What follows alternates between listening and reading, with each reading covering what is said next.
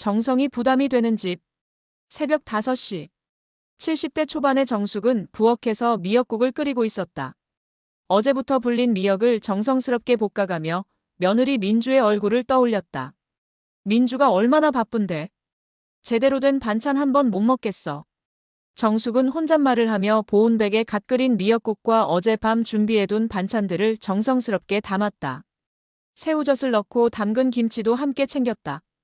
아파트 단지를 걸어가는 정숙의 발걸음은 가벼웠다. 며느리가 좋아할 얼굴을 생각하니 무거운 보온백도 전혀 무겁지 않았다. 엘리베이터에서 층수를 누르며 미소를 짓는 정숙. 하지만 복도 끝 현관문 앞에서 잠시 멈춘다. 안에서 들려오는 부부의 대화 소리. 또 오신 거야? 이제 좀. 정숙의 표정이 굳어졌다. 초인종을 누르려던 손이 멈춘다. 그래도 정숙은 밝은 표정으로 초인종을 눌렀다. 현관문이 열리고 민주가 급하게 화장을 마무리하며 나타났다. 어머니, 이렇게 일찍. 민주야, 미역국 끓여서 가져왔어. 새벽부터 우린 거니까 맛있을 거야. 정숙은 부엌으로 가서 능숙하게 반찬들을 냉장고에 정리했다. 민주는 시계를 보며 조급해했다. 감사해요, 어머니. 그런데 제가 지금 회사에. 알아. 금방 갈게. 그때 방에서 잠옷 차림의 준호가 나왔다. 어머니, 안녕하세요. 준호의 목소리는 퉁명스러웠다. 준호야, 미역국 끓여놨으니까 아침에 먹어. 준호는 대답 없이 화장실로 들어갔다. 민주가 먼저 출근하고 정숙은 혼자 거실에 앉아 있었다. 어머니, 커피 드릴까요? 준호의 목소리는 여전히 냉담했다. 아니야, 괜찮아. 나도 곧 갈게. 어색한 침묵이 흘렀다. 준호가 방으로 들어가며 문을 닫았다. 정숙은 홀로 거실에 남겨졌다. 며칠 후 저녁 시간. 정숙이 다시 반찬을 들고 왔다. 이번에는 갈비찜과 나물 반찬들이었다. 민주야, 갈비찜 해왔어. 준호가 좋아하잖아. 민주는 피곤해 보였다. 어머니, 감사하긴 한데. 그때 현관문이 열리고 퇴근한 준호가 들어왔다. 정숙의 신발을 보고 표정이 굳어졌다. 어머니, 또 오셨네요. 또라는 말에 정숙의 가슴이 서늘해졌다. 준호가 방으로 들어가고 정숙은 민주와 둘만 남았다. 민주가 불편한 기색을 보였다. 어머니, 오늘은 좀 일찍 가시는 게. 정숙의 심장이 쿵 내려앉았다. 왜? 준호가 싫어해? 그런 게 아니라. 저희도 좀 쉬고 싶어서. 정숙의 표정이 서서히 굳어졌다. 자신이 환영받지 못한다는 걸 느끼기 시작했다. 그럼, 내가 너무 자주 온 거야? 아니에요. 그런 건 아니고. 민주가 말을 흐리자 정숙은 자리에서 일어났다. 알겠어. 그럼 나는 갈게. 정숙이 현관으로 향했다. 그때 방에서 나온 준호와 마주쳤다. 벌써 가세요? 준호의 목소리는 어색했지만 안도감도 섞여 있었다. 너희들 바쁘잖아. 방해만 되는 것 같고. 준호는 대답하지 않고 시선을 피했다. 정숙은 현관문을 열고 나갔다. 복도에서 엘리베이터를 기다리며 서 있는 정숙. 방금 전 상황을 떠올리며 씁쓸한 표정이었다. 내가 뭘 잘못했나? 정숙이 집으로 돌아간 후 민주와 준호는 거실에 마주 앉아 있었다. 어머니가 서운해하시는 것 같아. 민주의 목소리에는 미안함이 담겨 있었다. 너무 자주 오시는 것 같아. 우리도 좀 편하게 지내고 싶은데. 하지만 좋은 뜻으로 해주시는 건데. 그렇다고 해서 매일 오셔야 해? 우리 신혼집이잖아. 민주는 준호의 말에 무언가 깨닫는 표정이었다. 하지만 동시에 어머니에 대한 미안함도 느꼈다. 그럼 어떻게 해야 할까? 어머니한테 뭐라고 말해? 솔직하게 말하는 게 낫지 않을까? 계속 이런 식으로 지낼 수는 없잖아. 민주는 고민에 빠졌다. 남편의 입장도 이해가 되지만 어머니의 마음을 상하게 하고 싶지 않았다. 그날 밤 정숙은 잠들지 못하고 누워 있었다. 며느리의 표정, 사위의 차가운 시선이 계속 떠올랐다. 내가 너무 나섰나? 그냥 좋은 뜻으로 한 건데. 정숙은 천장을 바라보며 중얼거렸다. 30년간 키운 아들, 그리고 딸처럼 여기고 싶었던 며느리. 하지만 자신의 정성이 부담이 되고 있다는 현실을 받아들이기 어려웠다. 한편 민준의 집에서도 잠 못 이루는 밤이 계속되고 있었다. 민주는 남편 옆에 누워있지만 마음은 복잡했다. 어머니 마음을 어떻게 전해야 할까? 상처받지 않으시게. 하지만 준호는 이미 깊은 잠에 빠져 있었다. 그에게는 단순한 문제였다. 자신의 공간, 자신의 편안함. 그것이 우선이었다. 다음 날 아침, 정숙은 평소보다 일찍 일어나 시장을 갔다. 하지만 반찬 재료를 사려다가 멈췄다. 오늘은 안 가는 게 나을까? 정숙은 빈손으로 시장을 나왔다. 처음으로 며느리 집에 가지 않는 하루가 시작되었다. 정숙은 자신의 정성이 부담스러워한다는 것을 처음으로 깨달았다. 민주는 남편과 어머니 사이에서 갈등을 겪기 시작했다. 준호는 자신의 불편함을 점점 더 노골적으로 드러내기 시작했다. 세 사람 모두 서로 다른 밤을 보내며 각자의 방식으로 이 상황을 해결해야 한다는 것을 깨달았다. 하지만 어떻게 해야 할지는 아무도 알지 못했다. 대립과 갈등의 심화. 일주일 후. 정숙은 일주일 동안 며느리 집에 가지 않았다. 매일 아침 습관적으로 반찬을 준비하려다 멈추고 시장에서도 민주가 좋아하는 재료를 보면 자꾸 손이 갔다. 마침내 정숙은 민주에게 전화를 걸었다. 민주야, 나야. 요즘 어떻게 지내? 아, 어머니. 괜찮으세요? 민주의 목소리는 어색했다. 일주일 동안 어머니가 오지 않으니 오히려 더 불편했다. 민주야, 혹시 시간 되면 우리 집에 한번 와. 오랜만에 같이 이야기나 하고. 민주는 준호가 뭐라고 할지 걱정이었다. 네. 시간 되면 갈게요. 민주와 준호의 갈등 심화. 그날 저녁 민주는 준호에게 어머니의 전화 이야기를 했다. 어머니가 집에 오라고 하시는데. 다음 주말에 잠깐 다녀올까? 민주야, 솔직히 말해. 어머니가 서운해 하시는 거 아니야? 그럼 이제 우리가 어머니 집에 가야 해? 그것도 의무처럼? 준호의 목소리가 점점 높아졌다. 준호야, 우리 결혼한 지 2년밖에 안 됐어. 우리만의 시간도 필요하잖아. 그럼 어떻게 해? 어머니한테 아예 오지 말라고 할 수는 없잖아. 일주일에 한 번? 아니면 2주에 한 번? 민주는 준호의 말에 기가 막혔다. 어머니를 일정 관리 대상으로 여기는 것 같았다. 어머니가 계산기가 아니야. 그렇게 정해놓고 만날 수는 없어. 결혼 후 처음으로 큰 소리로 다투는 상황이었다. 정숙의 고립감 심화. 정숙은 혼자 저녁을 먹으며 생각에 잠겼다. 지난 30년간 아들을 키우면서 한 번도 이런 마음을 느껴본 적이 없었다. 내가 뭘 잘못했을까? 며느리가 좋아할 것 같아서. 그냥 그런 마음이었는데. 정숙은 처음으로 자신의 행동을 되돌아보았다. 혹시 자신이 너무 나섰던 것은 아닐까? 선의로 시작한 일이 이렇게 복잡해질 줄은 몰랐다. 갈등의 폭발 마이너스 다음 주 월요일. 민주는 결국 혼자 어머니 집을 찾았다. 준호는 못마땅해 했지만 어머니가 서운해하실 것 같았다. 민주야. 혹시 내가 너희 집에 너무 자주 간 거야? 민주는 대답하기 어려웠다. 정숙은 조심스럽게 물었지만 목소리에 슬픔이 묻어났다. 어머니. 사실은 준호가 좀 부담스러워해요. 어머니가 자주 오시는 거. 정숙의 얼굴이 굳어졌다. 그래. 역시 그랬구나. 그럼 이제 어떻게 하면 좋을까? 내가 언제 가면 되겠어? 그냥 필요하실 때 말씀해 주세요. 저희가 갈게요. 정숙은 씁쓸한 웃음을 지었다. 이제 며느리 집에 가려면 허락을 받아야 한다는 뜻이었다. 오해의 증폭. 민주가 집에 돌아와 준호에게 이야기했다. 어머니한테 말씀드렸어. 이제는 함부로 안 오신다고 하셔. 준호는 안도했지만 민주는 마음이 편하지 않았다. 그런데 어머니가 너무 서운해하시는 것 같아. 처음엔 그렇겠지만 시간이 지나면 괜찮아질 거야. 한편 정숙은 혼자 생각에 잠겨 있었다. 내가 정말 부담스러웠나? 그럼 지금까지 억지로 좋아하는 척 했던 건가? 정숙의 마음속에는 의심이 자라나기 시작했다. 처음으로 며느리에 대한 원망과 아들에 대한 실망이 밀려왔다.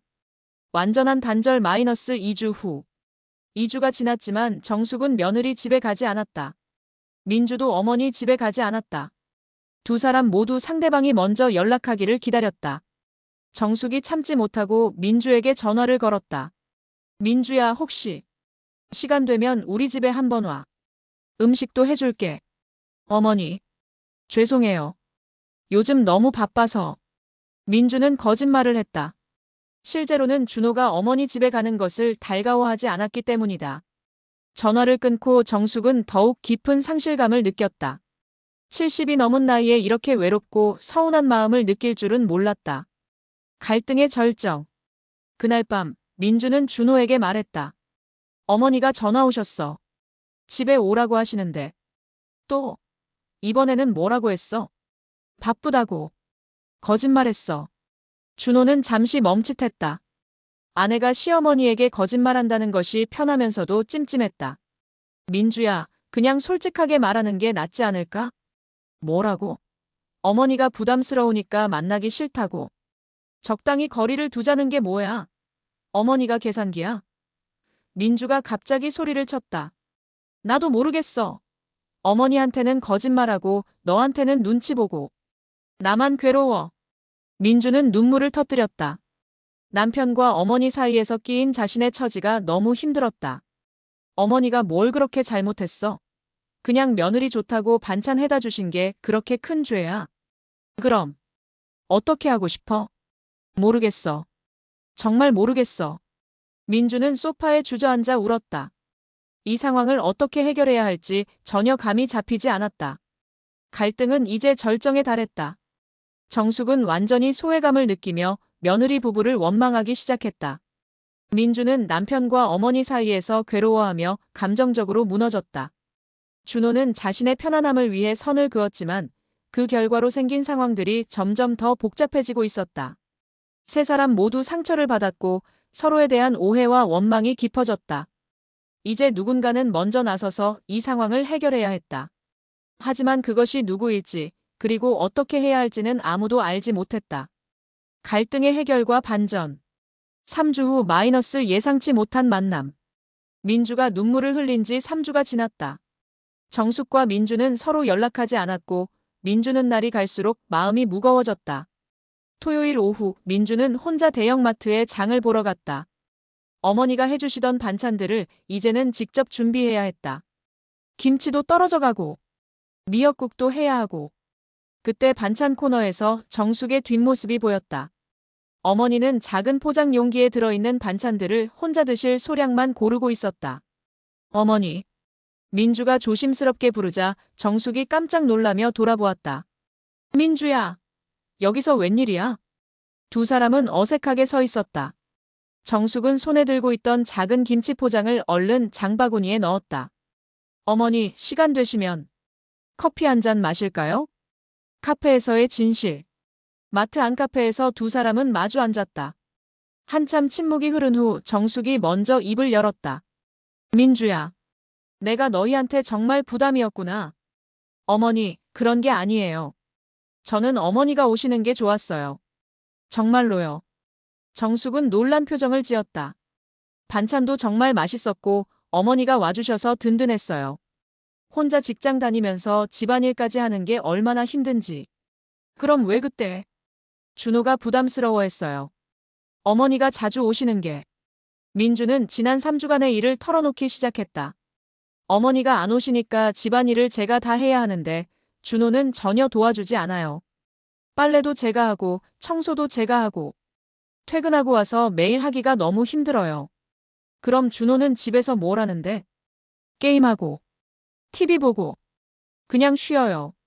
정숙의 깨달음과 충격적인 진실. 정숙은 갑자기 화가 치밀어 올랐다. 자신이 30년간 키운 아들이 이런 남편이었다니. 민주야, 그럼 지금까지 얼마나 힘들었어? 어머니가 도와주셨을 때가 정말 좋았어요. 그런데 민주는 한참을 망설이다가 더 충격적인 이야기를 꺼냈다. 준호가 어머니 흉을 봐요. 어머니가 너무 간섭한다고. 그리고 어머니 요리도 별로라고 그냥 억지로 먹었다고. 정숙은 충격을 받았다. 그리고 준호가 친구들한테도 그런 말을 해요. 어머니가 자꾸 와서 귀찮다고. 나중에 요양원에 보내면 된다고. 정숙은 숨이 막혔다. 자신이 30년간 키운 아들이 이런 생각을 하고 있었다니. 민주야, 너는 이런 남자와 살면서 행복해? 민주는 대답하지 못했다. 실제로 행복하지 않았기 때문이다. 준호와의 대결. 그날 저녁 정숙은 민주와 함께 집으로 갔다. 준호는 소파에 누워 게임을 하고 있었다. 준호야, 너하고 이야기할 게 있어서. 준호야, 너는 내가 만든 음식이 맛없다고 생각하는구나. 민주한테 들었어. 준호는 당황하며 민주를 째려봤다. 너는 내 반찬이 별로라고 했지? 그리고 나중에 요양원에 보내면 된다고 했고. 준호는 할 말을 찾지 못했다. 준호야, 너 아버지 돌아가시고 혼자 밤낮 없이 일해서 너 키웠어. 그런데 이제 와서 어머니가 부담스럽다고. 준호의 무너짐과 사과. 준호는 더 이상 변명할 수 없었다. 어머니, 죄송합니다.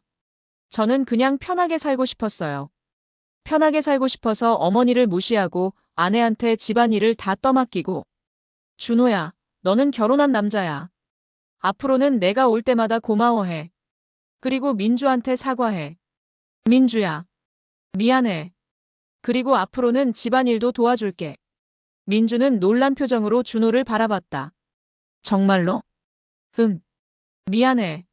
내가 너무 이기적이었어. 해결과 새로운 시작. 정숙은 아들의 사과를 듣고 조금 마음이 놓였다. 준호야, 나는 앞으로도 계속 올 거야. 하지만 너희가 부담스럽지 않게 할게. 어머니, 오세요. 제가 잘못 생각했어요. 민주야, 너도 힘들 때는 언제든지 말해. 내가 도와줄게. 어머니, 감사해요. 뭘 감사해. 우리 가족인데. 에필로그 마이너스 한 달 후. 한 달이 지난 후, 정숙은 다시 며느리 집에 반찬을 들고 갔다. 하지만 이번에는 달랐다. 민주야, 오늘은 갈비찜 해왔어. 어머니, 맛있어 보여요. 부엌에서는 준호가 설거지를 하고 있었다. 준호야, 안녕.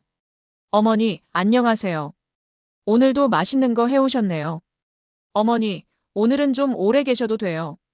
우리 같이 저녁 먹어요. 세 사람은 함께 부엌에서 저녁을 준비했다. 준호는 어머니를 도와 야채를 썰고 민주는 밥을 지었다. 이제야 진짜 가족 같네. 그날 저녁 세 사람은 함께 맛있는 저녁을 먹었다. 정숙은 더 이상 눈치를 보지 않았고 민주는 더 이상 거짓말을 하지 않았다. 그리고 준호는 더 이상 어머니를 부담스러워하지 않았다. 어머니, 다음에는 제가 어머니 집에 갈게요. 저도 요리 배우고 싶어요. 정말? 그럼 김치 담그는 법부터 가르쳐 줄까? 저도 가끔 같이 가도 될까요? 어머니 집에서 같이 식사하면 좋을 것 같아요. 정숙은 눈물이 날 것 같았다. 이제야 진짜 가족이 된 것 같았다. 물론이지. 우리 가족인데. 결국 갈등은 해결되었다. 하지만 그 과정에서 드러난 진실은 충격적이었다. 문제는 시어머니의 과도한 관심이 아니라 아들의 이기심과 무책임함이었다. 그리고 며느리는 그 사이에서 혼자 고생하고 있었다. 드라마의 반전은 바로 이것이었다. 모든 사람이 시어머니를 문제로 생각했지만 진짜 문제는 아들이었다. 그리고 그 아들을 제대로 교육시킨 것은 다름 아닌 시어머니였다. 이제 세 사람은 진정한 가족이 되었다. 서로를 이해하고 서로를 도우며 서로를 존중하는 가족이 되었다. 정숙의 정성은 더 이상 부담이 아니라 사랑이 되었다.